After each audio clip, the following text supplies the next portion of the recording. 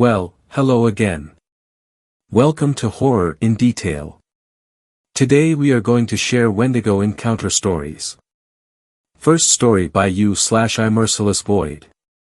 The time I saw a Wendigo. First things first, this happened to me when I was around 10. I've lived in Idaho all my life and spent a lot of time outside or in the wilderness as a kid. My grandparents would take me camping and my older brother and I would always hike up whatever trails we could find to get a view of the sunset. On one of these occasions, something terrifying happened. We were up at a campsite I only know as Warm River, the river there never freezes over, and my brother and I were on a regular evening hike. There was an old tunnel bored through the mountain at one part of the trail, probably an old train tunnel, and we were walking through it when I heard something I'll never forget. After walking through probably 2/3 of the way through the tunnel, I heard a terrible screech at the end we entered through. The screech wasn't like anything I've heard before.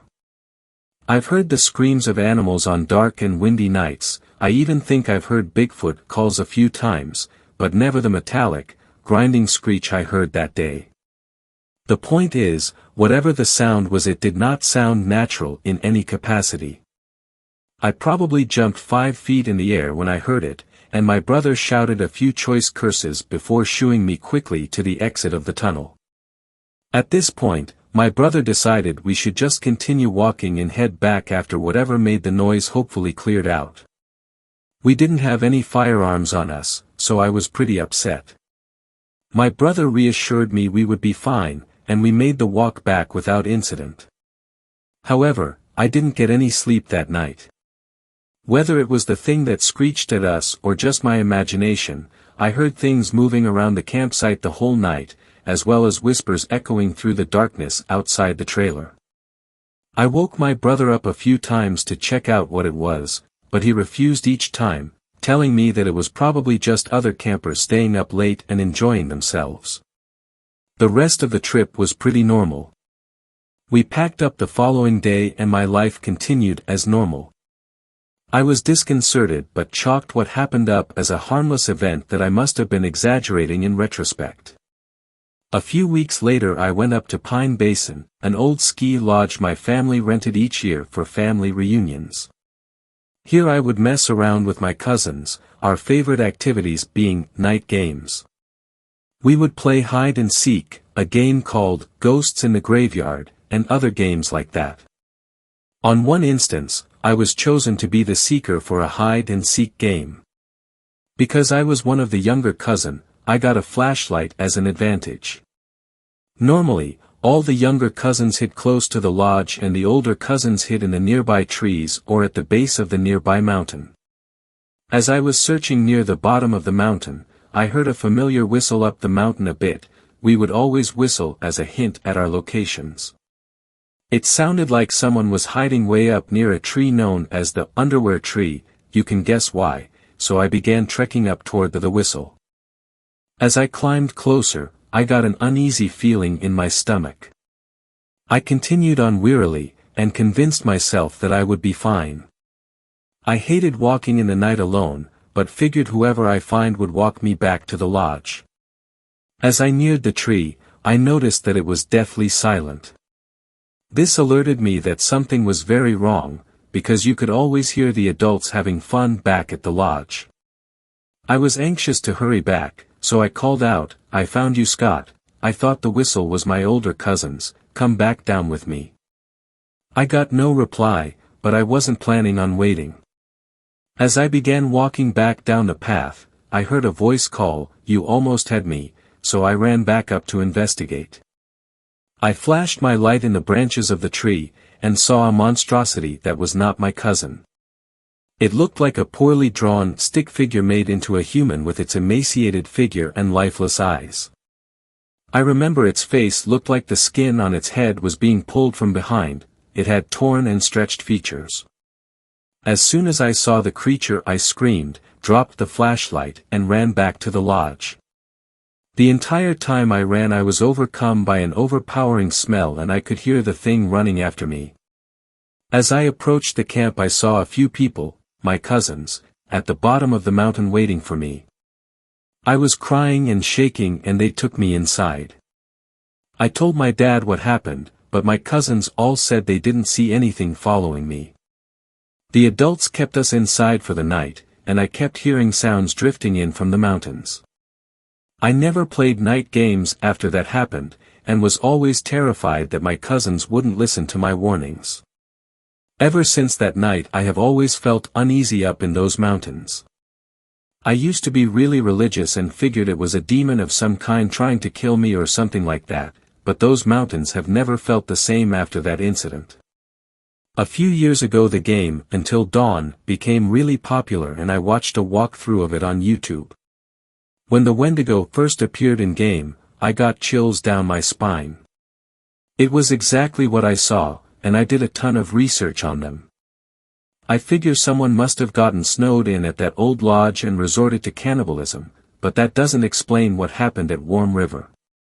I still hear that screech from time to time. It never occurred to me until watching Until Dawn that they might be from the same thing, and it scares the hell out of me every time. I heard it earlier tonight, and that's why I decided to finally write my story down. Wish me luck. Second story. This story was shared by you/Dr. Alwayscared. The Wendigo is near. This is a story which happened to me and my friend a few years back. I work in a national park as a park ranger. When my life was relatively normal, I had just landed a job at a national park. Life was good as I was working with my buddy Rob. The second day was strange. We found bear traps on the ground. We never put them there. Other than that, another day in paradise, but throughout the night, I swear I heard a loud screech coming from the woods near my watchtower. I looked and saw nothing. I just shrugged it off after a little while. As of lately we have been finding small animal corpses around the woods. This is normal since we have bears all over, it's just that these marks were too big to belong to a bear.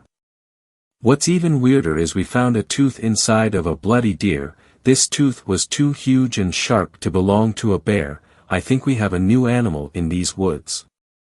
Today we found a bear, hanging from a tree and gutted. I nearly threw up. No animal in the park could do this.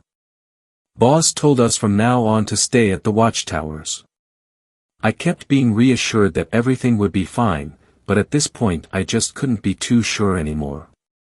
Lately the screeches have been more frequent. I'm having trouble focusing. When I was younger, I was told of a creature that fed off people and animals. It could also mimic voices. It was called a Wendigo. Of course I don't believe in that paranormal crap, but something was taking out animals throughout the park. I swear I heard Rob call me from outside of my watchtower. He yelled, "Hey Trent, you have got to come see this." I nearly left, but I just felt that his voice was off, nearly distorted. I looked out of my watchtower, to see Rob, his insides dangling in the breeze. My boss ruled this out as an accident. That still didn't stop the police from questioning me. I know I heard his voice. I saw something in the woods. Let me explain. This creature I saw had huge antlers, an animal skull as a mask, and it was over 11 feet tall. The night began normally, until the screeches began again. I looked down, only to see this creature, eating my boss's lifeless body. I got a good look at it before it ran off and out of sight. The police have been very suspicious of me lately. How could they not be? Both of the people I worked with are dead. I tried to explain what I saw to the police. Of course nobody believed me. It all led to me being terminated. I've decided I'm not going to let this creature ruin my life. I have done research on this Wendigo. I plan to break into the park tonight. I will end this, I must. I'm in the park, I hear the screeches and I am following them. I hear the voices of my boss and Rob. They are telling me that they are okay and I should come meet them by my watchtower. I know from my research that the Wendigo creature is really good at tricking people. I just kept wandering around the park. I was wondering, until I heard my mother's voice, she died when I was 6.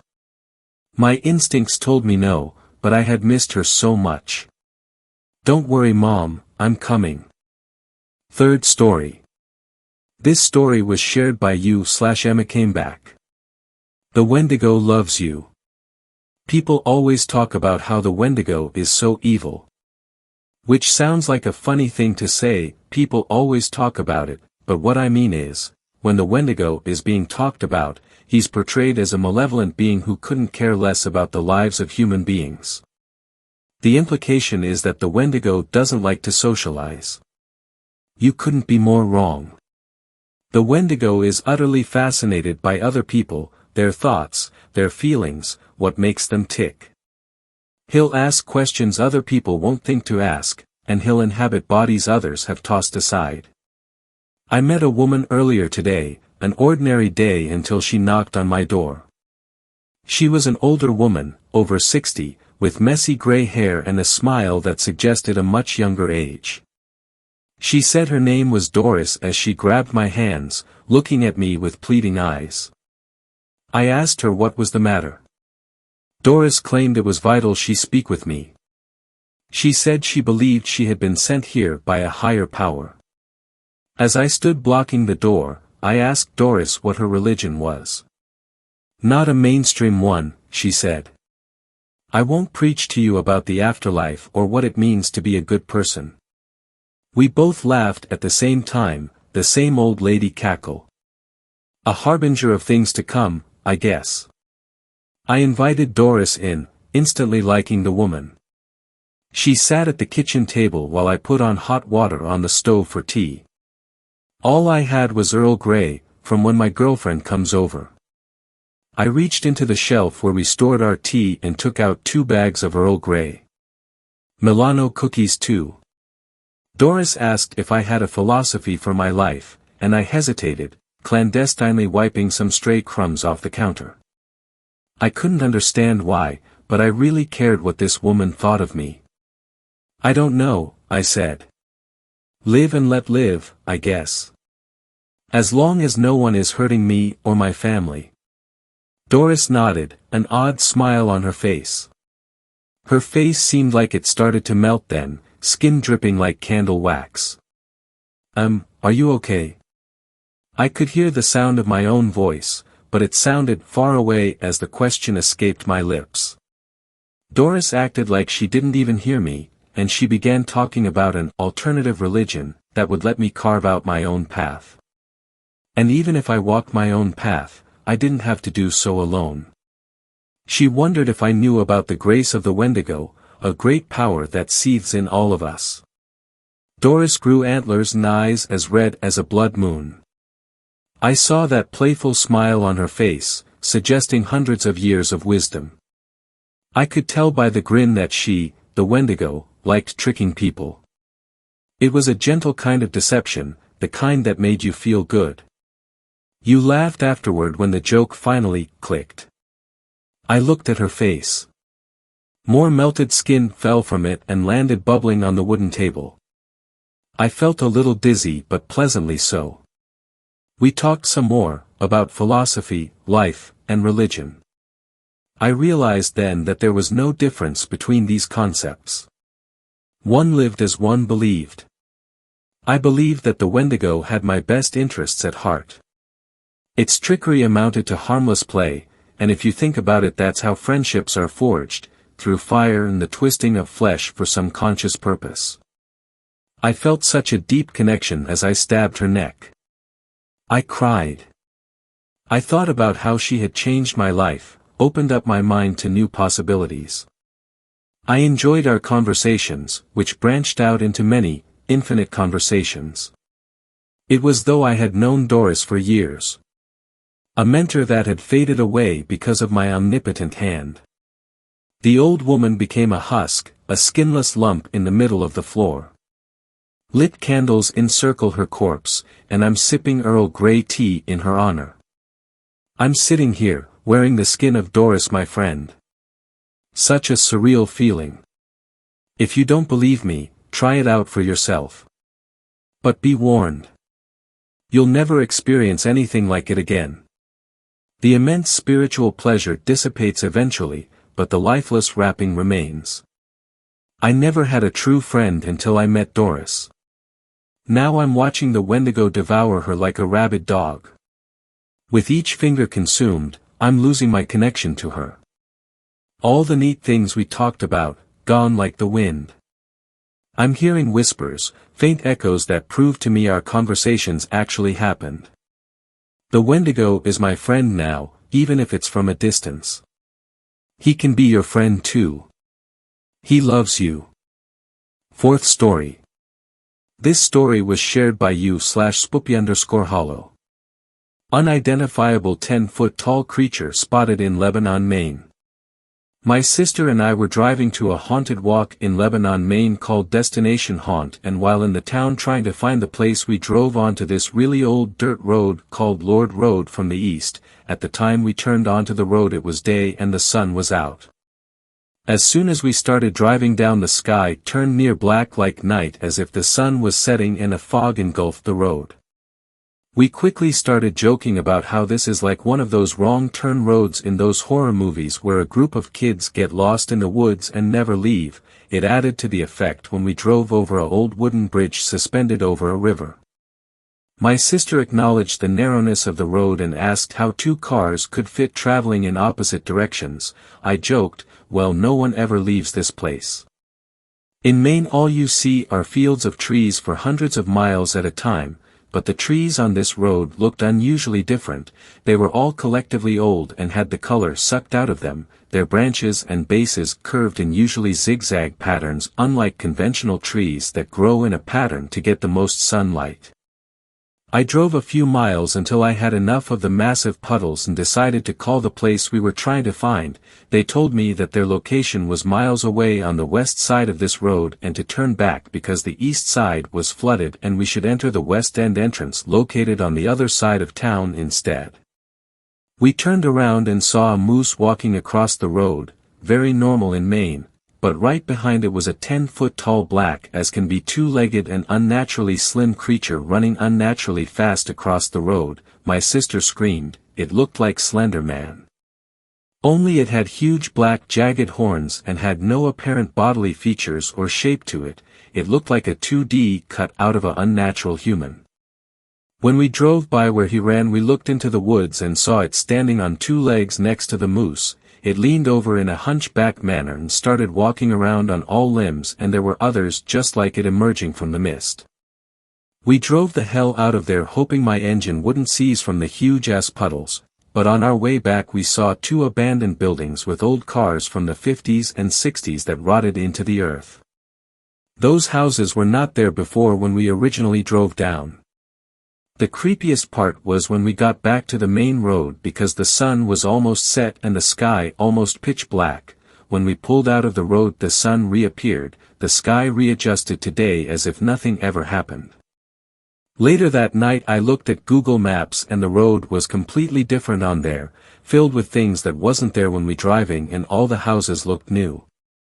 After telling a few people about it, someone told me that Lebanon, Maine is known to have a lot of strange paranormal stuff happen and that there is even a self-proclaimed witch fortune teller who lives there.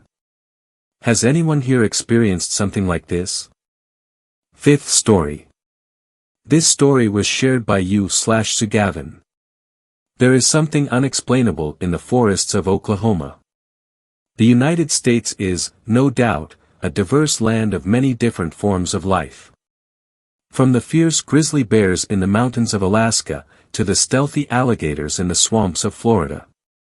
Wherever you may be, there is always something unique about your state. That is until you get to Oklahoma. You see, Oklahoma is without a doubt, one of the most boring places, maybe, ever. Having lived here for 18 years, I'll be the first person to tell you that. Sure, there are large cities, just like any other civilization, however they are spread out over tens, even hundreds of miles apart.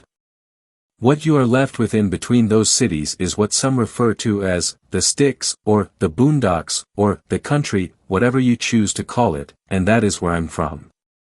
In the sticks it consists of four main elements: lots of trees, lots of crops, lots of wildlife, and the occasional Walmart or Dollar General. Since there is not a lot to do out here, that is where most Oklahoma residents take up the pastime of hunting, and that is where my story begins. It was a cold November night, right in the heart of deer season. I was laying in bed enjoying a video game I was playing, when there was a knock on my bedroom door. It opened, and my dad walked in. "Hey kid," he said. "Yes, Dad. You haven't been hunting this season yet, why don't you take my bow and I'll get you set up, and in the morning you can head out there, and go kill us something." Wow, he's really putting me on the spot here. I thought to myself. Yeah, sure, why not?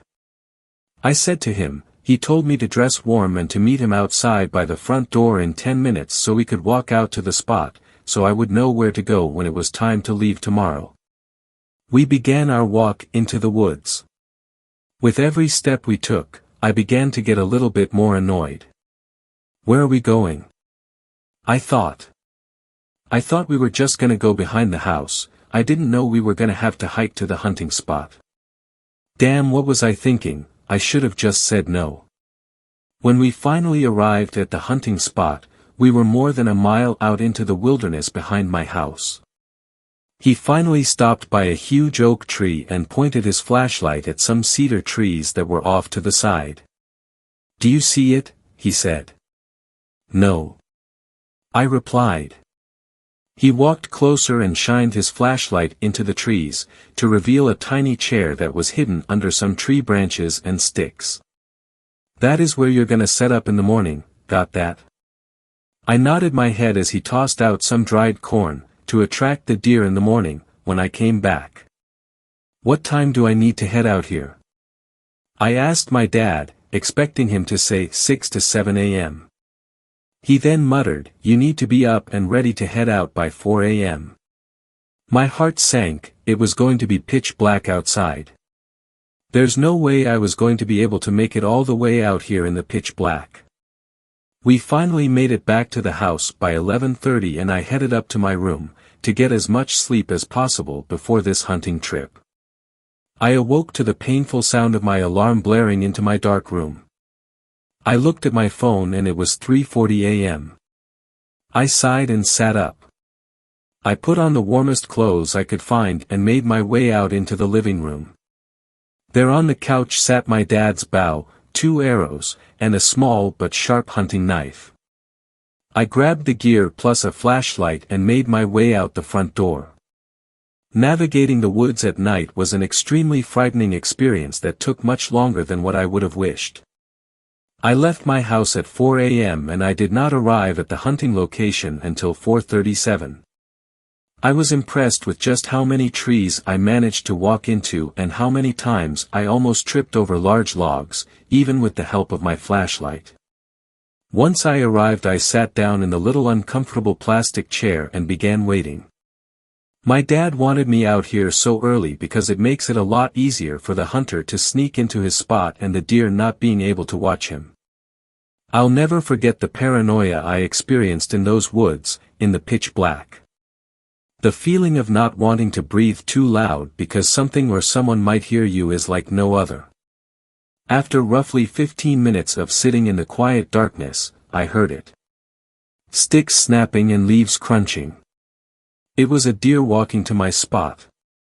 My heart began to pound as I listened closer. The leaves continued to crunch with each footstep, but that's when I picked up on something strange. Is this thing walking on 2 legs? I thought to myself. It sounded just like a pair of human legs walking through the leaves. Is it my dad? I thought.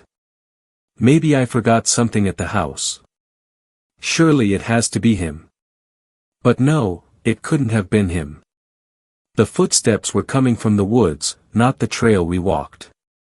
The footsteps emerged from the woods, and stopped. After a short pause it took 1 step towards me.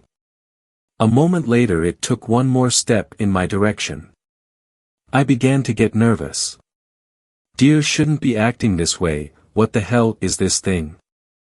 I raised my flashlight up from my lap, and in a moment of pure bravery and stupidity I clicked my flashlight on. What I saw in front of me still haunts me to this very day. In front of me stood a creature no shorter than 10 feet tall. It stood on 2 legs. It was covered in black fur. The face was human, I believe. The face looked to be of a man's face. The eyes were closed and the mouth was contorted into a sinister grin. It had 2 great big antlers that seemed to come off of an elk or a moose.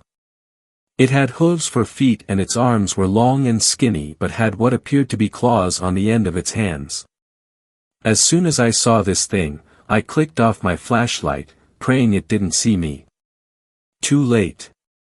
I almost started gagging from fear when I heard this thing sprinting at me. As fast as I could, I loaded an arrow and drew back the bow. Without hesitation I fired the bow into the darkness, hoping I could hit the creature, but I missed. I heard the arrow whistle off into the woods before striking a tree. Shit. Stupid idea. I thought. I immediately stood up and began sprinting down the trail. The creature was in close pursuit. I ran faster than I knew I could down this trail. When I was almost halfway home I began to naturally run slower because of fatigue, and that's when it swiped at me. It hit me directly in my right calf. I stumbled and fell off the trail and into a nearby ditch. Once I fell in I could immediately feel the warm blood begin to start gushing out of my leg. I quickly tore off my hoodie and wrapped it around my leg as a temporary tourniquet. However, my bleeding leg was the least of my worries. The creature jumped down into the ditch with great force and began swiping at the ground, hoping to hit me. Luckily the thing landed about 20 feet away from me, so I had some time to spare. I hurriedly pulled out my flashlight and threw it behind the creature. Upon hearing the flashlight hit the leaves it turned around and began swiping at the ground once again. As quickly and quietly as possible, I crawled out of the ditch. On my way out, I heard the creature begin to make a clicking noise from its mouth. Now I can't confirm it, but I assume that noise was the creature using echolocation to find me. If this thing is blind, how did it see my flashlight back at the hunting spot? I thought. Then I realized I had to click my flashlight on, and the creature probably heard that. Despite now knowing it was using audio to track me, I still ran to the best of my ability out of the woods. The thing didn't follow me out. I made it home and crashed through my front door, bleeding all over the place. My parents took me to the ER to get stitched up. They asked me what happened and I told them what happened, but of course they didn't believe me. They assumed I fell while walking through the woods and tore open my leg somehow. And after a while I began to think the same thing. Maybe I was sleepwalking and fell, maybe I was hallucinating, who knows, is what I used to tell myself. I almost forgot about my experience until today. My dad went out hunting and was supposed to be back 3 hours ago. Me and my mother began to get worried. I walked out my front door. I planned on going to look for my dad, and that's when I heard it. Screaming. I don't know if it was my dad's or if it was just a wild animal, but we called the police anyway, and as I type this, I can hear a faint clicking out by the woods, and if I look hard enough, I think I can make out a human face, looking up at my window. Please, if you are ever in the forests of Oklahoma, be extra quiet. You never know who or what is going to hear you. 6th story. This story was shared by you/Dark Night Tales. I used to be a park ranger in the Adirondacks. I think we're all in trouble. It was close to 3 in the afternoon when the knock came on the door to the ranger station. I was mildly surprised to hear it, given that it was early January in the foothills of the Adirondacks and the temperature was hovering at a balmy 12 degrees, with wind chills driving it into the negatives with frustrating frequency. The wind had been howling against the isolated station since before sunrise that morning, and I wondered if I was going to need to deal with any damage to my little abode after the storm blew through. I'd been monitoring the forecast and weather radar all day, and it looked like I was in for quite the blizzard by the time evening rolled around. It had been snowing most of the day already, but so far it hadn't been very heavy. I expected that to change by nightfall, however, which, in January, was only in another couple hours. I didn't usually keep the front door to the ranger station locked, since it wasn't uncommon for hikers and campers to make a pit stop on their way up the trail to the observation areas, either to log their camping site for the night or just in hopes of a nice hot cup of coffee before they continued on their hike. The door hadn't been latching correctly lately, though, and had the tendency to swing open when a strong gust caught it just right, so I'd been keeping it locked until I could repair it. The knocking was light, somehow hesitant and almost polite, if that makes any sense. It was so quiet that I almost didn't hear it over the whistling of the wind and creaking of the station. I'd been in the middle of composing an email request for a new generator, as mine had been acting up a bit lately, and had to pause my typing and listen intently to ensure I'd even heard it in the first place. When it came again, only a bit louder, I pushed back from my desk and took another sip from my steaming mug before walking over and opening the door. Outside stood 5 people, 3 men and 2 women, all dressed in what looked like expensive and very new cold weather coats and snow pants, all looking very similar except for the various bright colors and all bearing the familiar North Face logo. Their anxious faces peeked out from within their drawn and cinched hoods, and I had to suppress a grin. They looked dressed to climb Everest, not hike the lower trails of the Adirondacks. Tourists. Probably European and probably their first time seeing this sort of weather, I thought. It was a fairly common occurrence. Folks from all over the world came to visit these mountains, looking to experience all the beautiful wilderness we had to offer.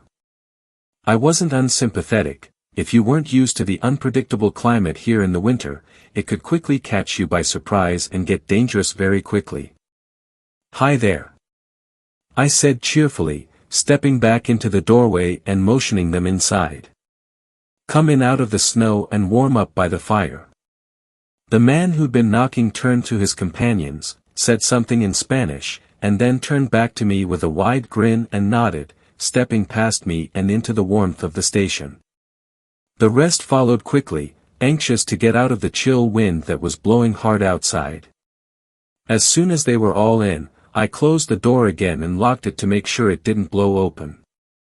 "Gracias, sir." "I am Martin," said the man, pulling back his hood and unzipping his quilted down coat. He gestured to the others in turn. "This is Lucas, Diego, Sofia, and Triana." I nodded my greeting to each. Martin continued with a smile. "It is very cold. We come to visit USA from Spain, to see your beautiful mountains and enjoy the lovely scenery." His accent was very heavy, but his English was far better than my Spanish, so I didn't have much room to criticize. "But it seems a storm is coming and we fear there will be too much snow." "Unfortunately, we are not so prepared for that." I nodded, patting him on the shoulder as I moved past him and opened the door leading to the shelter room, reaching in and turning on the lights.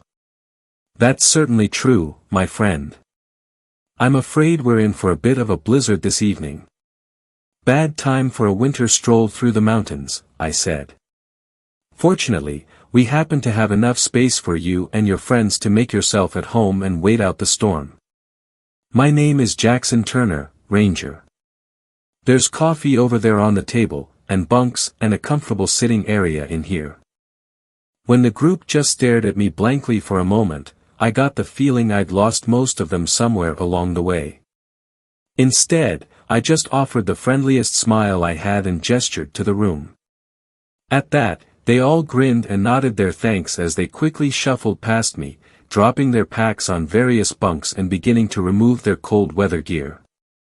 I made sure they all got something hot to drink and that they understood they were welcome to stay until the weather had cleared before returning to my desk.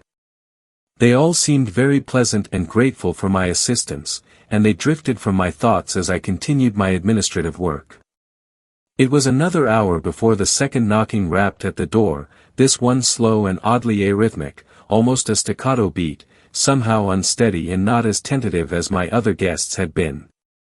I sighed heavily and straightened, heading around the counter and back over to the door.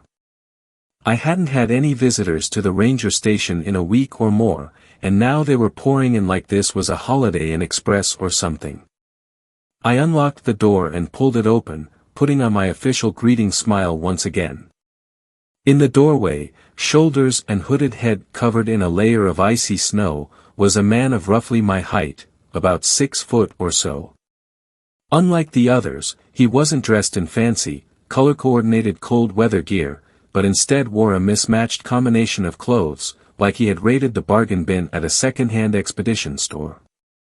His pants were a blue quilted nylon and looked more on the expensive side, even if they didn't exactly fit him very well, but his coat was fur-lined and looked like it was made of padded wool, layered over an old fleece jacket. His boots looked newer and not too warm, something more suited to a summer hike than a winter in the mountains, I thought. "Hey there," I said as warmly as I could, waving him inside. "Come on in out of the snow." He didn't say anything, but gave the slightest hint of a nod as he walked past me. The strong scent of musky body odor followed him, and I wondered if he was one of those reclusive hermits that I'd heard rumors of, living out here all by himself in some makeshift shack. I closed the door and locked it again, turning back to the man. He'd already taken note of the bunk room to the left, where the Spaniards were getting settled, and he headed on in and sat on one of the empty bunks in the back corner of the room. He didn't remove his coat or offer any greeting to the others, and I noted with some curiosity that he didn't have any sort of pack with him, which further made me wonder if he lived nearby in some off-grid cabin.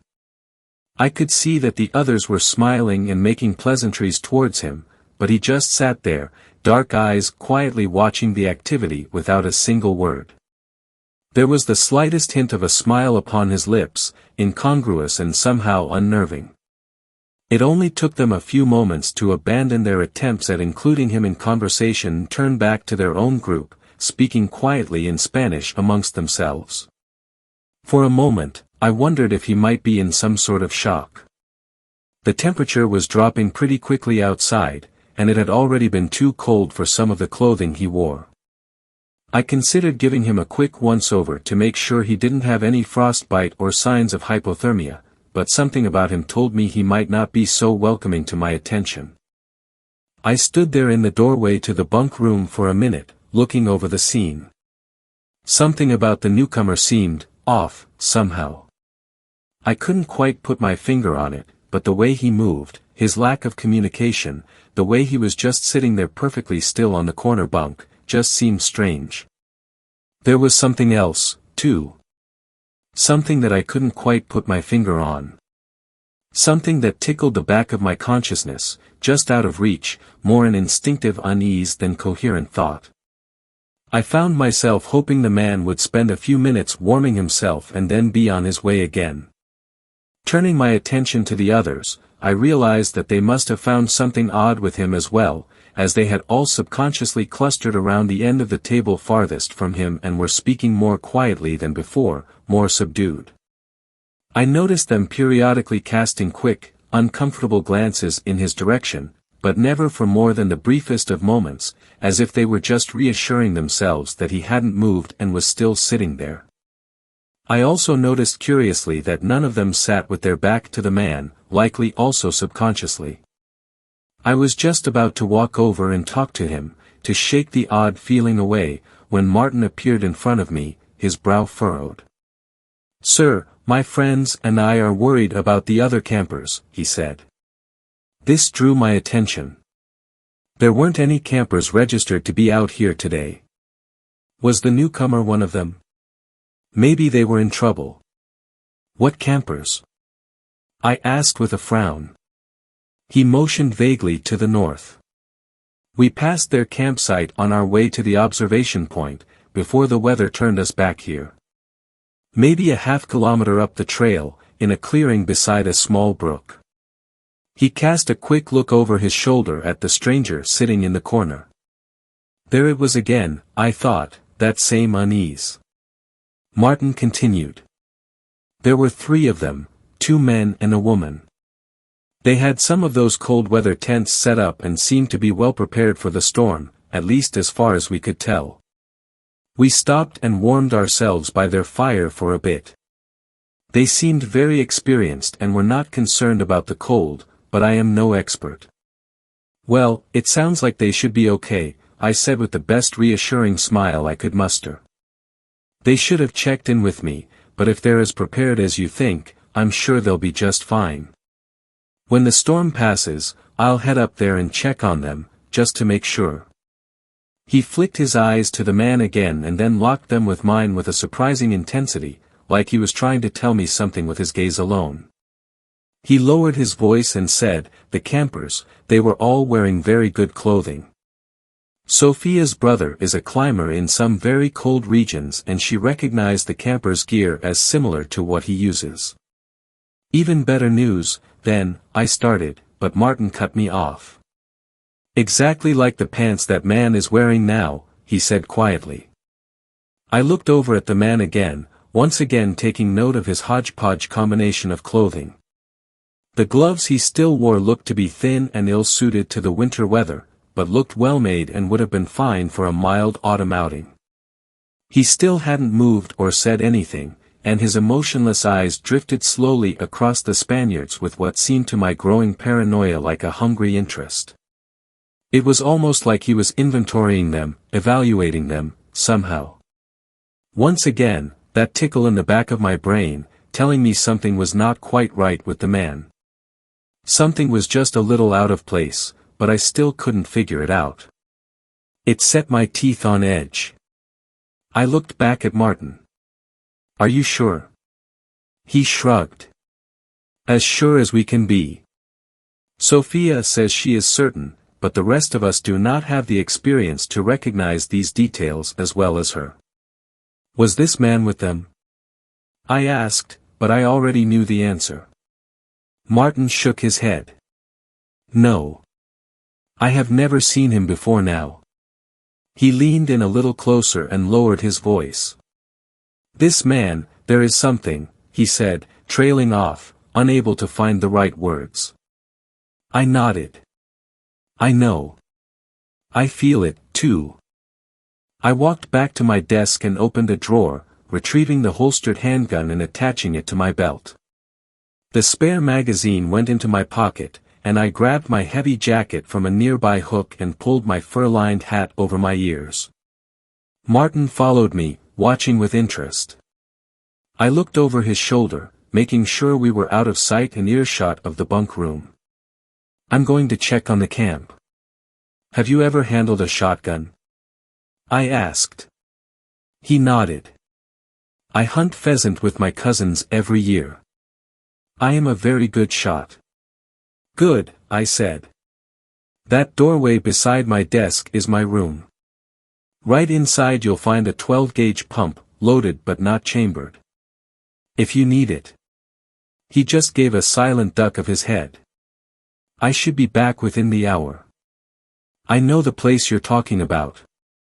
Keep him here until I return, but don't do anything if you don't have to, I said, closing my coat and making sure the zippered slit covering my holster was open and accessible. Be careful, Jackson Turner. I feel some darkness in the air. I just gave a tight-lipped nod before opening the door and stepping out into the wind. The icy chill hit me immediately, cutting through my heavy pants and finding its way through every little opening in my clothing. The wind out here was a constant buffeting and howled in my ears. The snow along the trail was only a little over ankle deep, but tugged at my boots with every step, slowing my progress. The area that Martin had described was one of the few marked campsites along this area of the trail, and though it wasn't strictly required for campers to check in before setting up, it was highly encouraged. This deep in the woods, 20 miles away from the nearest town, the only real lifeline that anyone had were the rangers. If anything went wrong out here, the fact that you registered with the local ranger station may very well mean the difference between life and death. That didn't mean that everyone followed that rule, though. Most of the time, it was new campers, those folks lacking some of the wisdom of experience, that didn't know or didn't think it necessary to check in before setting camp. Sometimes, it was the opposite. Some highly experienced outdoors folks felt that there was no need, that they could handle anything that came their way. Either way, as I followed that northern trail, a growing unease began to color my steps. I felt the tight grip of anxiousness tickling my every breath. I didn't know what I was going to find. If I was lucky, I'd find 3 cold weather, double-wall, silicone nylon tents, with their occupants snuggled warmly and safely within. If that was the case, I'd just check on them and turn back to my station, hopefully before the worst of the storm began in earnest. If not, well, I'd have to figure that out when it came. Asterisk. A half hour later, I reached the campsite. Or, at least, what was left of it. The remains of what were obviously 3 high-quality winter tents were positioned compactly around a central fire pit, their bright red material shredded and torn and flapping violently in the fierce wind, looking very much like a lunatic array of flags in the heart of a hurricane. I pulled the ears of my hat lower, adjusting the chinstrap tighter. "Hello," I shouted, straining to make my voice carry above the wind. Even with all my force, it still sounded pathetically impotent in the roar of the coming storm. "Is anyone here?" I waited a long moment, but could hear nothing but the rush of wind and the whip-like snapping of the nylon fabric. The campsite had all the hallmarks of a bear attack, except I hadn't seen a bear in months, and we'd never had a bear attack in this area that I'd ever heard of. It wasn't like the forests out west, we didn't have brown bears here. Black bears, yeah, but they were smaller and nowhere near as aggressive as big browns. Sure, they could be dangerous, especially if startled or threatened, but they didn't actively hunt humans. I took a few more steps forward into the campsite, drawing the Sig Sauer 10mm and holding it at low ready as I performed a quick visual of the tents. Nothing. No signs of bodies, blood, a struggle, anything at all. Just destroyed tents that could have been abandoned by the campers when the wind started getting bad and the fabric started to fail. And then it caught my eye. A flash of dark gray, partially hidden by the snow between 2 of the tents. Another 10 minutes of snowfall and I'd have never seen it. Moving closer, I towed the frozen bundle of cloth, overturning it before picking it up with my free hand, keeping the Sig at the ready. It was a pair of thick winter pants, old and torn and covered in dark red-brown stains that looked too fresh for my comfort. They were fur-lined and looked to be woolen. As soon as I lifted them free of the snow, the wind blew a familiar musky smell into my face, and I dropped them in revulsion.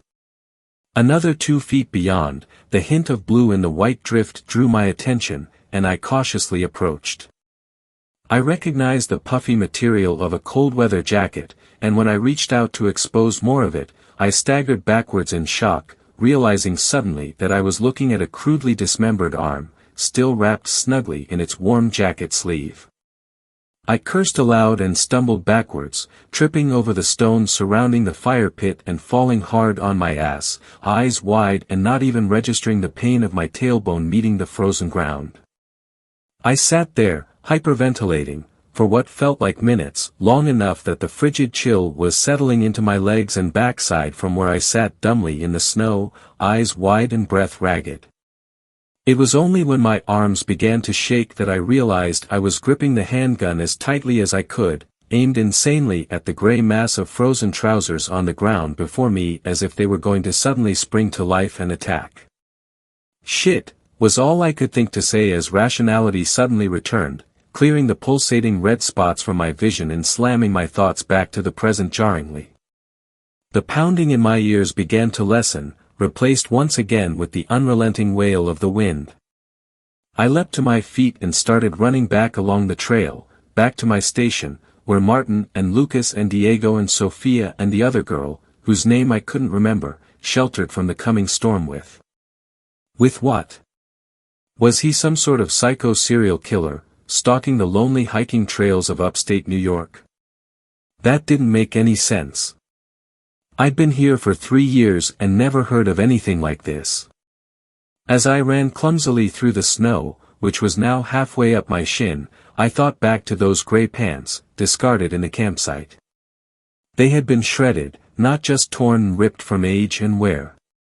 It had been something violent that caused the damage, and the blood stains seemed to lend credence to that theory.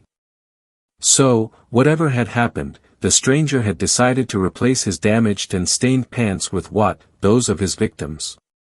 And then I thought about how none of his clothes matched, and how his boots and gloves weren't even suitable for winter weather. How long had this been going on? 20 minutes later, the dim yellow lights from the windows of my station appeared suddenly from the nearly whiteout conditions that had overtaken me with the full coming of the storm. The temperature had dropped even more, and I was amazed that I had been able to keep up my pace long enough to make it back, driven by adrenaline and fear. I slowed to a halt before my ranger station, noticing immediately how the front door hung open a few inches. My mind urged me forward, to go racing in, but I had to take a few moments to catch my breath and let my racing heart slow a bit before I entered. I couldn't understand why the door was only open a few finger widths. If it hadn't been locked, the first strong gust of wind would have blown it fully open and sent it banging against the wood paneling of the wall behind it. But what occupied my thoughts far more was the implication of that open door. There's no way it could have been missed by anyone within, and nobody in their right mind would have sat in the station while the freezing wind and snow blew in through the open doorway. I pushed that door aside and crept as quietly as possible to the door, pushing it gently at first, then with greater force as I felt some resistance holding it closed. I gripped my sidearm tightly, muzzle directly forward and at chest level, finger resting along the frame of the pistol and ready to drop to the trigger and go to work in a moment's notice. The door gradually gave way and pushed inward far enough that I was able to slide through the gap, the howling of the wind and the protesting of the building blessedly providing enough cacophony to cover the sounds of my entrance. As soon as I stepped inside, I found myself in the center of a fever nightmare. A body lay behind the door and had served as an impromptu barricade. I could only tell that it was one of the women by the delicate shape of the body, as the head and upper torso had been savagely mutilated, the skin and scalp torn away from the red white of the skull viciously, presumably while she had desperately tried to make her escape from whatever hell had pursued her. Blood slicked nearly every surface around me, hot and stinking of copper, and I became aware of a wet, tearing sound emanating from the bunk room. The lights in that room were flickering chaotically, the hanging bulb in the center of the room swinging maniacally, as if it had been recently struck and was still settling its pendulum motion. As quietly as I could, I ducked around the doorway into the room, fresh shock coursing through my body in a cold wash that threatened my consciousness. Bodies and pieces of bodies lay strewn about the room haphazardly, most still enshrouded in bits of clothing, now tacked in place by sticky crimson. I could feel the heat in the room from whatever horrifying act of violence had occurred, from the bodies that now lay scattered about like discarded playthings. At my feet, I noted a handful of empty shotgun shells, where they had fallen and been arrested by the viscous gore that painted the wooden floorboards. The shotgun lay nearby, chamber open and magazine tube empty, only inches away from the barely recognizable remains of the man I'd known as Martin. Terrible slashes and wounds covered his ravaged corpse, looking as if he'd been thrown into a shredder.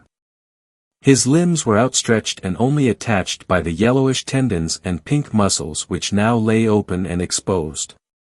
My eyes were drawn at that moment to the source of the sounds I'd heard before, and I saw the crouched form of the stranger straddling one of the bodies, Lucas, I think, by the bright yellow of his North Face jacket. I watched in horror as the stranger dipped his head again and again, jerking it savagely each time it came away, as if tearing away more bits of meat with each movement. I noticed then that the stranger's hands had somehow grown, elongated, and taken on a shiny chitinous appearance that left the fingers as jagged and gore-encrusted claws. After only a moment's shocked hesitation, My reflexes took over and I snapped the muzzle of my handgun up and squeezed the trigger. I know that the thunderous blasts of the 10mm must have been deafening, but I barely registered it as I watched blackened holes appear in the thing's back.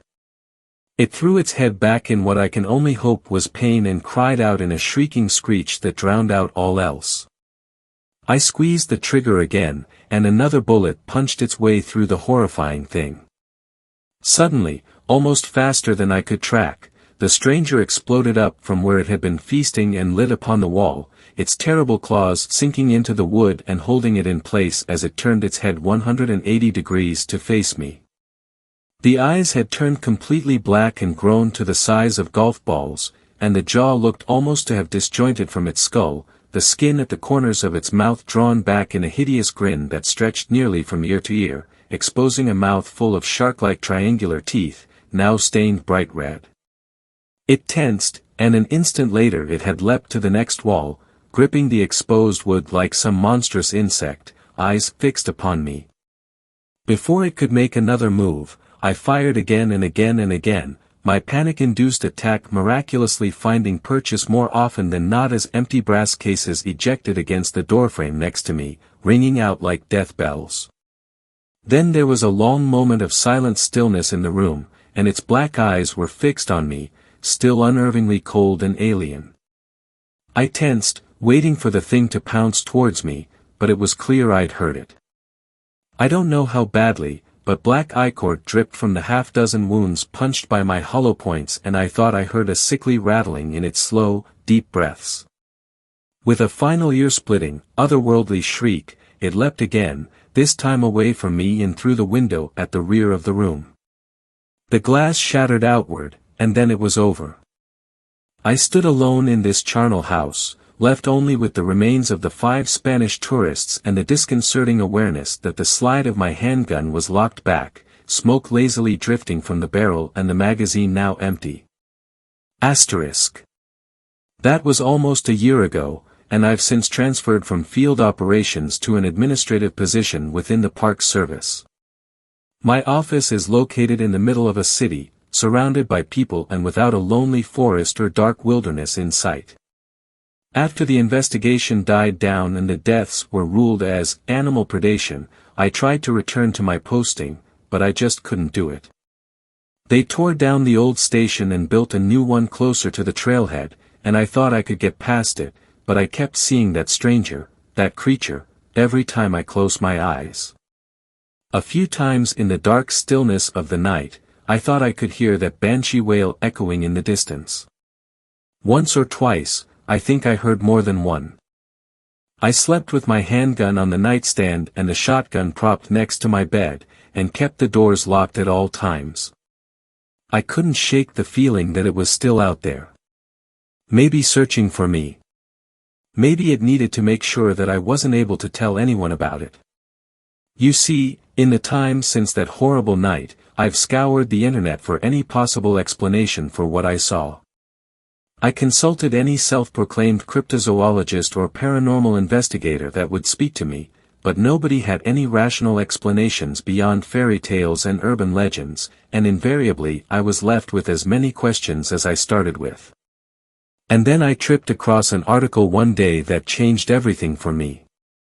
It was a piece written about something called the Uncanny Valley, an idea put forth by some Japanese roboticist back in the 70s.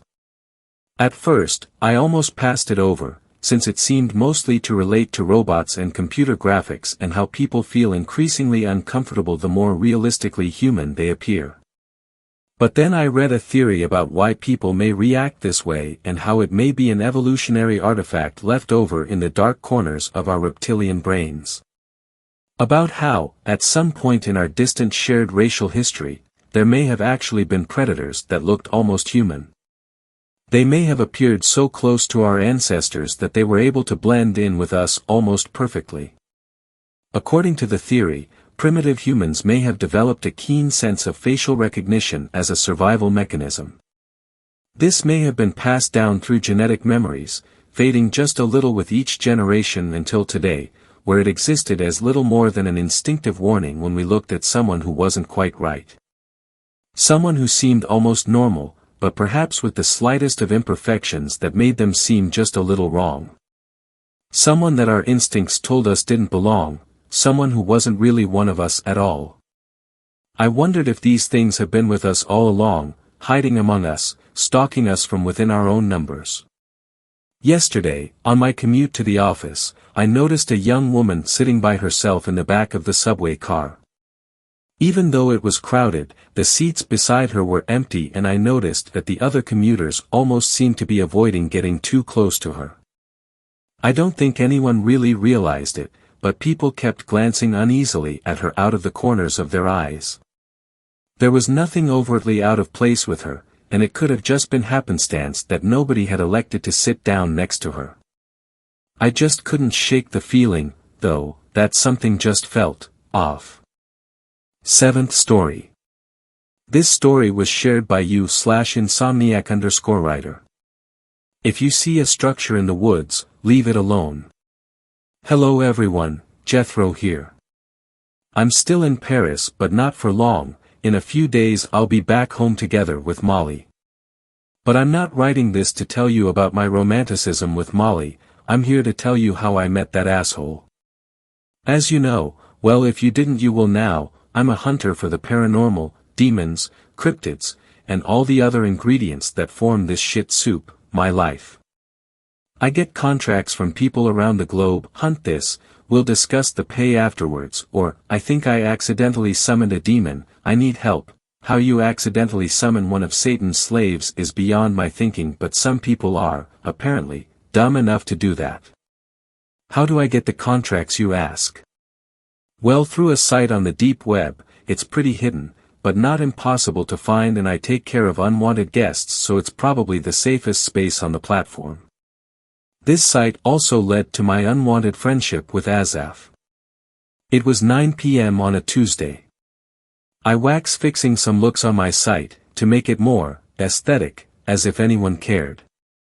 My computer made a ding sound. I looked in the bottom left corner and sure enough, a chat box was there.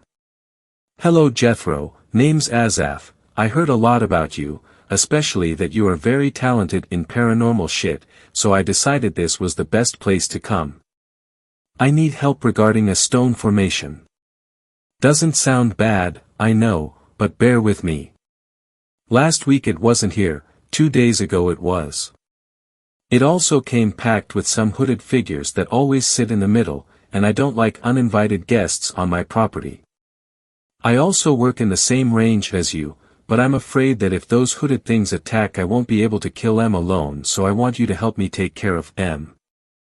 I'll attach a link below to my location, we'll discuss more here. I hope you get back to me soon. How charming, I thought, my name's circulating around. I was doubting pressing the link he sent me, what if it was a virus, or a DDoS attack, IP tracker, there were many possibilities. But my instinct told me it's fine, and I'd be damned if I didn't listen to the voice that saved me millions of times before. I opened the link. It went straight to an image satellite view from Google Maps. The location was a national park, I've visited there before, beautiful scenery combined with fresh air feels good to have once in a while. Knowing he wanted me to get there as soon as possible, I decided to sleep that night and pack up in the morning. I replied to his message with a quick, "I'll be over soon," before closing my laptop. I woke up at 7 sharp, and made myself some coffee.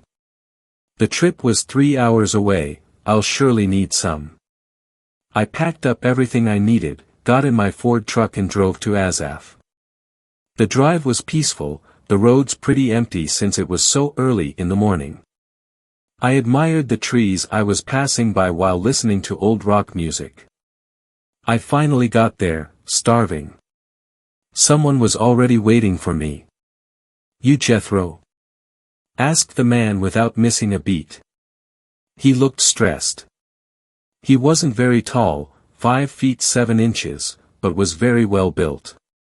He had a scar on his left side of his face. His hair, a messy black tar color, was waving in the wind. His face was freshly shaved and some perfume from his body was picked in the wind's dance. Yeah, you Azaf? I responded the same way he asked. He nodded and handed me his hand, waiting for a shake. I took it firmly and gave a small smile. Come, let's get to my cabin, we'll discuss there. He signaled for me to follow him as he already was making way to the dirt path. He sure isn't wasting any time, I mumbled to myself. I stood my place for a quick second. I forgot my weapons. I ran to the back side of my car, grabbed my bags and decided to take out my revolver, just in case. We walked on the path for about 10 minutes before he went off it. Just a little more, he said looking back at me. He saw the gun. We reached a small wooden cabin that seemed so out of place, in the middle of the tall bark trees. Next to the cabin were some cut logs, held in place by thick, weathered, ropes.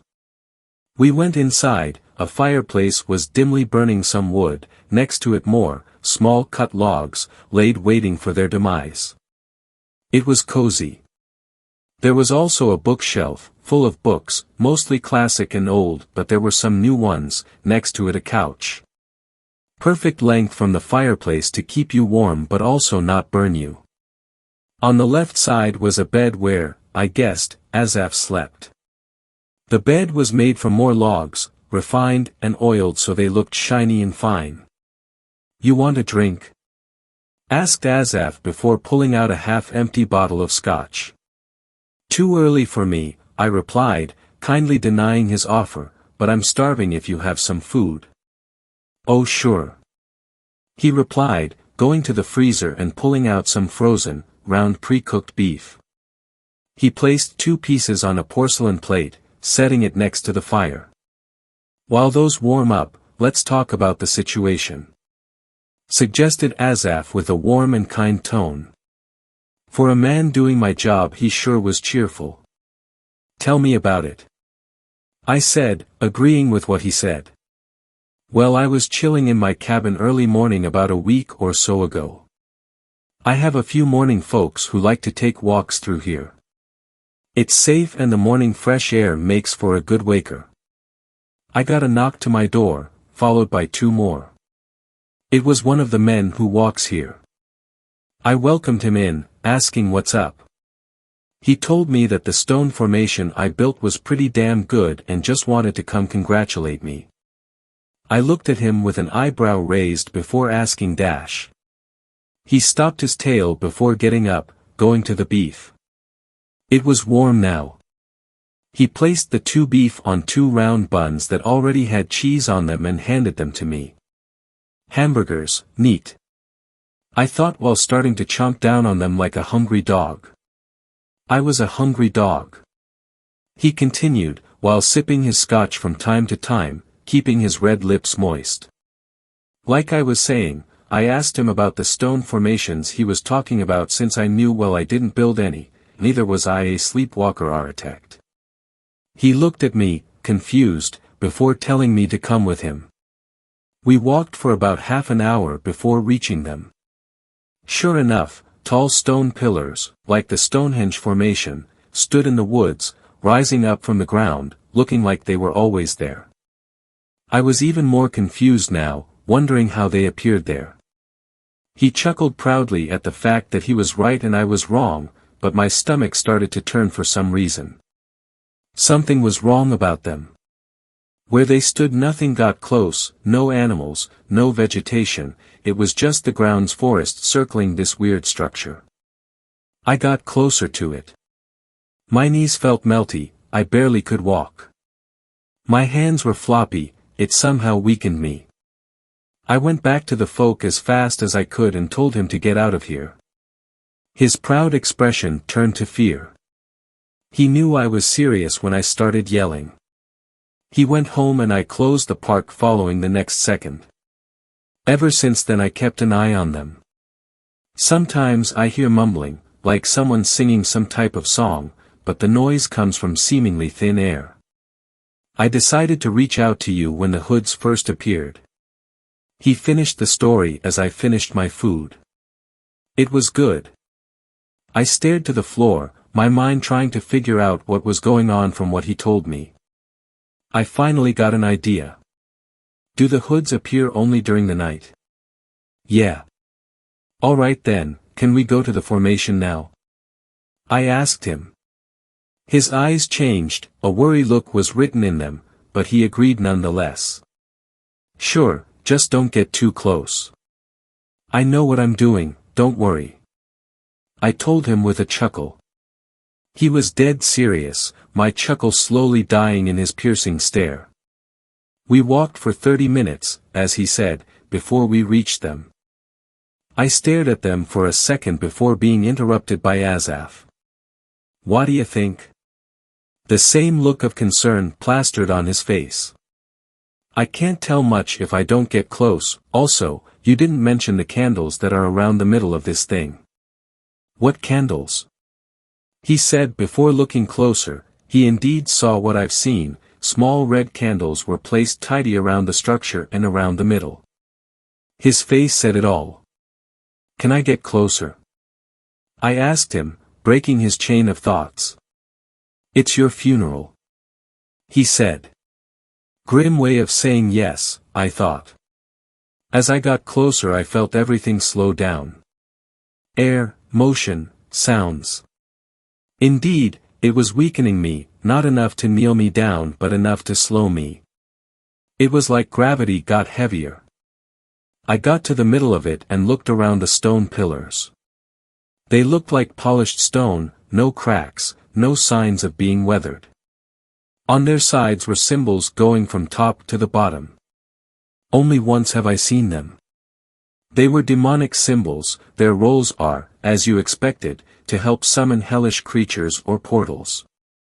Last time I saw one of these it didn't turn out exactly good. I turned back to go to Azaf but something stopped me. Leave while you can. Came a hushed and raspy whisper. It didn't sound like Azaf. I looked around, confused, for its source but all I found was the forest and the confused look of Azaf. What are you looking for? Something whispered to me. I told him, signaling him to be quiet. He didn't speak for a second but when he saw I couldn't find anything he said, quietly, do you remember the sounds without a source? I did remember, and it wasn't a good sign. Something made its home in the structure and it didn't like visitors. What did it whisper to you? He asked, curiously. Leave while you can. What the hell? He asked, fear starting to build in him. There were also symbols, demonic, carved in the stone. My guess? We're dealing with hell worshippers. I told him. His eyes widened and his face turned pale. Don't you mean Satan worshippers? His words stumbled.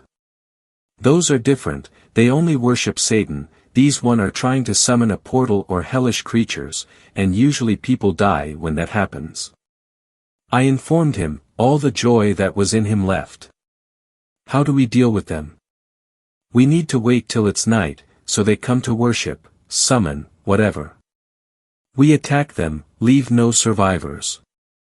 They don't know that we know about them, do they? I asked, glaring at him. Nah man, I've been looking at them from a distance. He responded without missing a beat. Perfect, we hide somewhere near here, prepare our guns and ambush them. Sounds like a plan. He reassured me. For how scared he seemed, he sure as hell was brave. Night came quickly upon us but we were ready. Out of nowhere they came. They were 5, hoods up, covering their facial features. They didn't look old nor young. Judging from their clothes they were 20 to 30. After looking around, most likely making sure nobody was spying on them, they sat down in a circle around the middle. They started holding hands while bowing their heads down. This was the time to attack. I looked at Azaf, meeting his cold glare. Ready? I whispered to him. Ready as I'll ever be, he whispered back, although he tried to hide it, fear creeped on his words. We got up, tiptoeing closer until we had a clear view of our targets. All hell broke loose. Azaf blasted the head of one of the hooded things, making its limp body hit the ground with a thud. The others looked up at us. For the first time we saw their faces. They weren't human. Their faces were mutilated. Empty black voids looking at us, consuming our souls. Their faces were pale, no color could be seen on them. Their mouth opened sideways, rows of small, jagged teeth ready for flesh.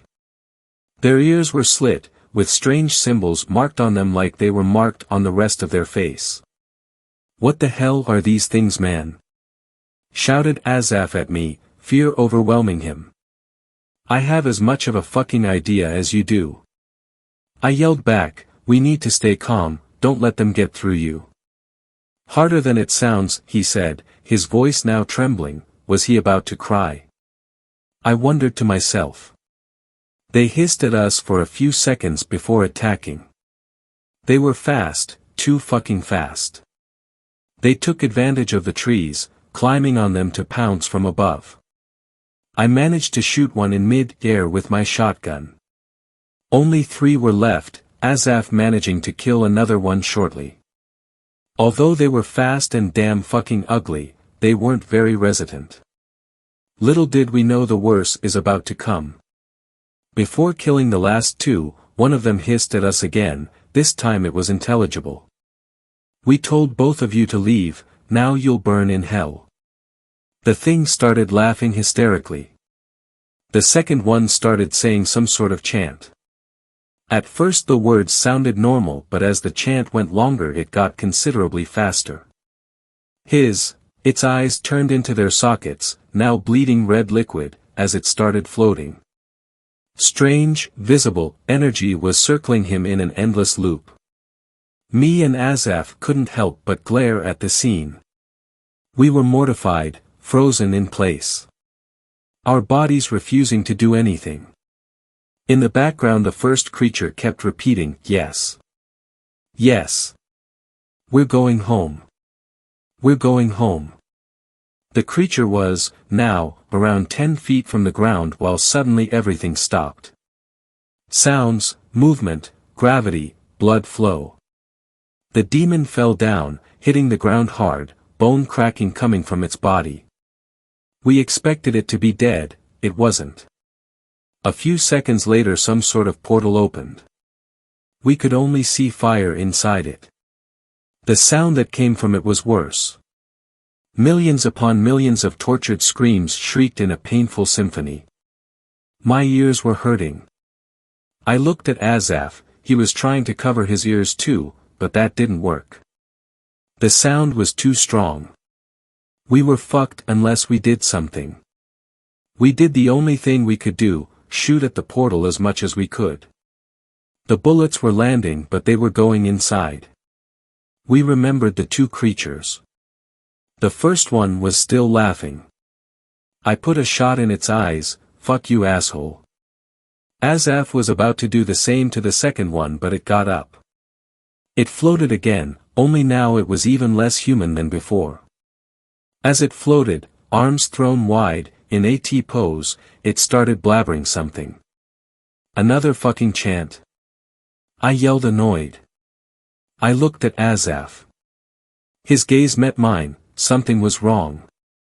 The creature suddenly stopped and when it did, Azaf shot at me, barely missing me. "What the fuck are you doing?"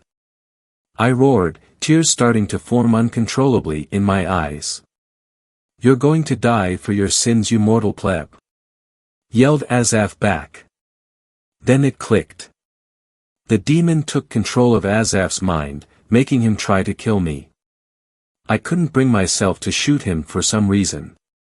He was still a human inside. I needed to kill the creature.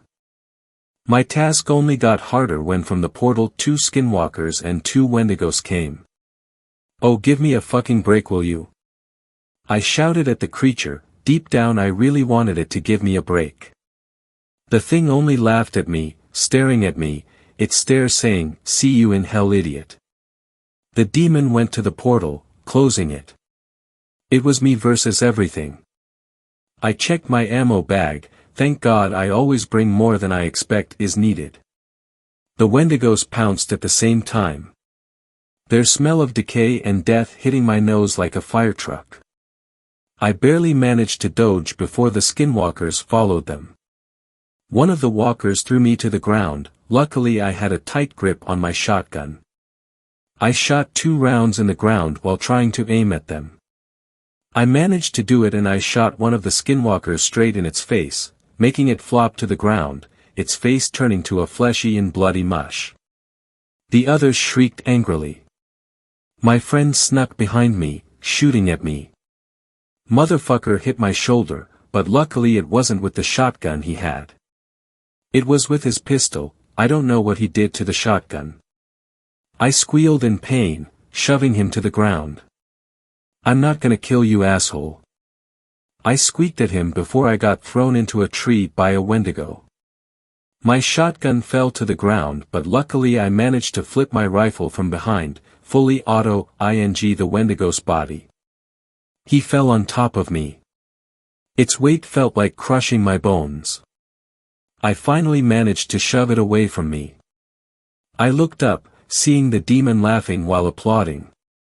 He was toying with me, this was a theater play to him. I shot at the demon but he flew past the bullets, raising a finger up and moving it to the sides in a no motion. Azaf got up and shot at me but my adrenaline and fear allowed me to use the Wendigo carcass as a shield, throwing it on him after he stopped shooting. This would give me enough time to deal with the creatures. The skinwalker rushed at me like an angry bull. I just got away, making it hit a tree. The tree made a loud breaking sound, its leaves hushing from the shock. It hit the tree so hard it fell on him. The hellish creature looked back at me, hunger written all over its eyes. It shrieked loudly, trying to get the tree off, but it didn't have time as I got my revolver and emptying 6 silver bullets in his head. How the fuck am I alive? I mumbled to myself, trying to breathe. I managed to catch my breath. The Wendigo sat still. The demon must have been controlling it as well. He wanted his show to go on a little longer. Alright, you stupid asshole. Let's make a deal. I tried pleading to the demon through heavy breaths. Surprisingly, he looked interested in my words. A low growl came from his mouth. Go on. If I manage to kill your last pet, I said, pointing to the Wendigo, you leave my friend alone, giving him back his mind. After that, me and you will fight. If you win, you can have my soul. If I win, you die. He stared at me for a second, contemplating the offer. Do you think a mortal like you can kill me? Those silver bullets you have won't do much to me. He was right, a demon, his tear was almost immune to silver bullets. But I had other ammunition that he didn't know of. Well, it's the only fucking chance I have for me and my friend to leave this place alive, right? He smiled at me, basically answering my question. Alright, you put a good show for me, so I'll give you this one chance. Thank God, I said to myself. I went to grab my shotgun, reloading it. I contemplated shooting directly at him, but I decided against it. When I was done preparing, I looked at the thing, nodding. The demon kept my friend standing still in the air, next to him. I looked at my shoulder, hoping the adrenaline would get me through the pain. The thing released the Wendigo. The hungry pest wasted no time pouncing at me. The ground shook as he ran after me. He was strong. I slid on the ground, him jumping over me. I turned back to him and shot 2 times. One hitting his chest and one missing. Come on, Jethro, concentrate. I mumbled. The demon was smiling, thinking I'm done for. Me and the creature started going in a circle, both of us waiting for one of us to make a move. The Wendigo fake charged at me, making me shoot again. The gun was made for close range and we were mid-range, so I missed. He charged again, for real this time, but I managed to dodge. "Alright you dirty bastard, if that's how you wanna play, that's how we'll play," I yelled at the thing, throwing my shotgun to the ground and grabbing my rifle. I didn't waste any more time, I was done playing games. I started blasting at it. Before the Wendigo even had a chance to react, his body was full of holes. It looked like a shitty puppet when I was done.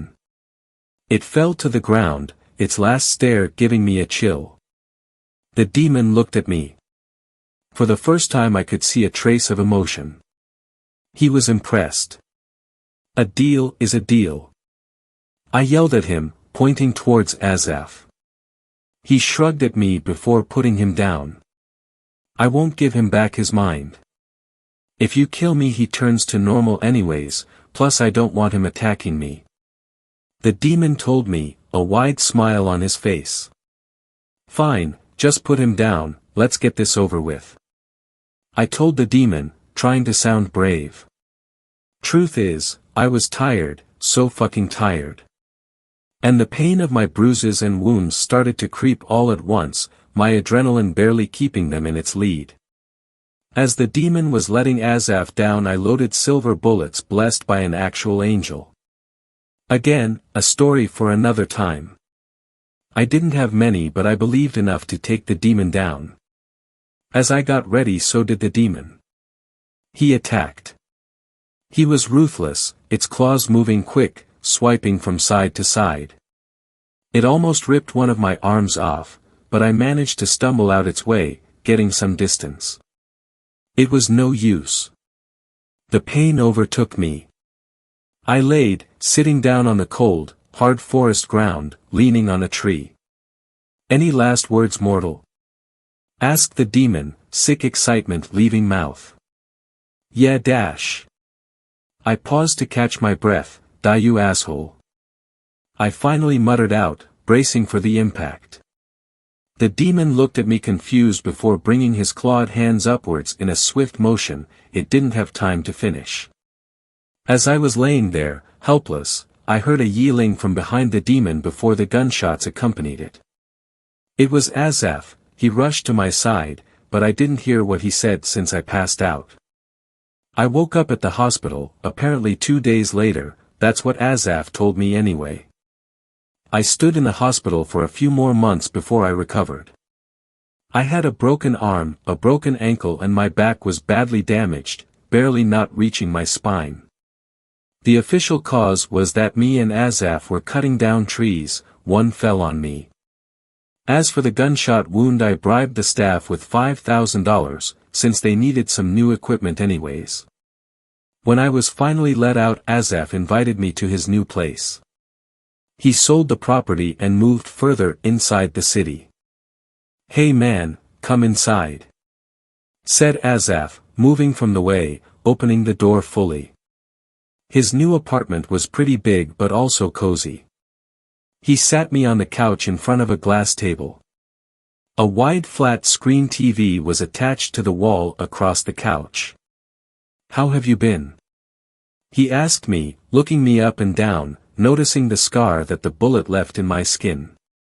"Well, other than sitting in that boring hospital for months, I can't complain," I said with a chuckle. "No kidding, I don't know how you're alive after what you told me happened." "What can I say, I'm a tough asshole," I replied, keeping the bright mood. His eyes fixed on me, they got a little dark, making me worry. "Also sorry for, trying to kill you," he said. He was honest. His words were warm and came with a stutter. "Well, that wasn't you, so don't worry about it," I said, reassuring him that it's all right. He truly felt sorry. "So you sold the national park?" I finally asked. "Yeah, after what happened in those woods, I never want to go back there or in a forest," he said, the regret of selling it was written on his face.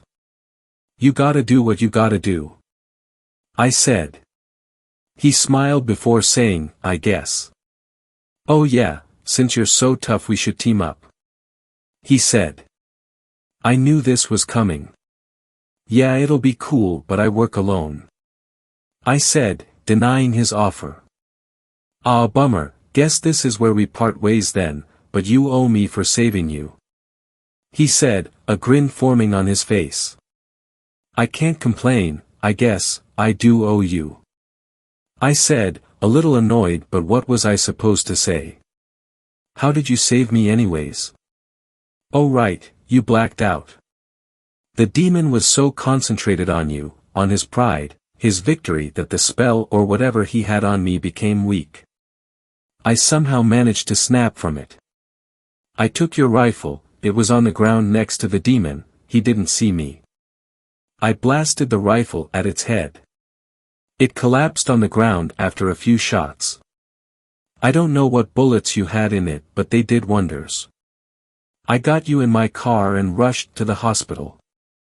Jesus Christ, well thank you man. I said looking at him. For the first time since we met I didn't see him as an asshole. He took a pause, contemplating what to say next. He finally spoke. Great, well I'll contact you when I need your help. He said, walking with me to the door. See you then. I said, exiting the apartment, heading home. I took a break for a month. I still needed my mental health to come back, plus I didn't get much sleep in the hospital. Right when my month ended, Asaf contacted me about the house I told you about.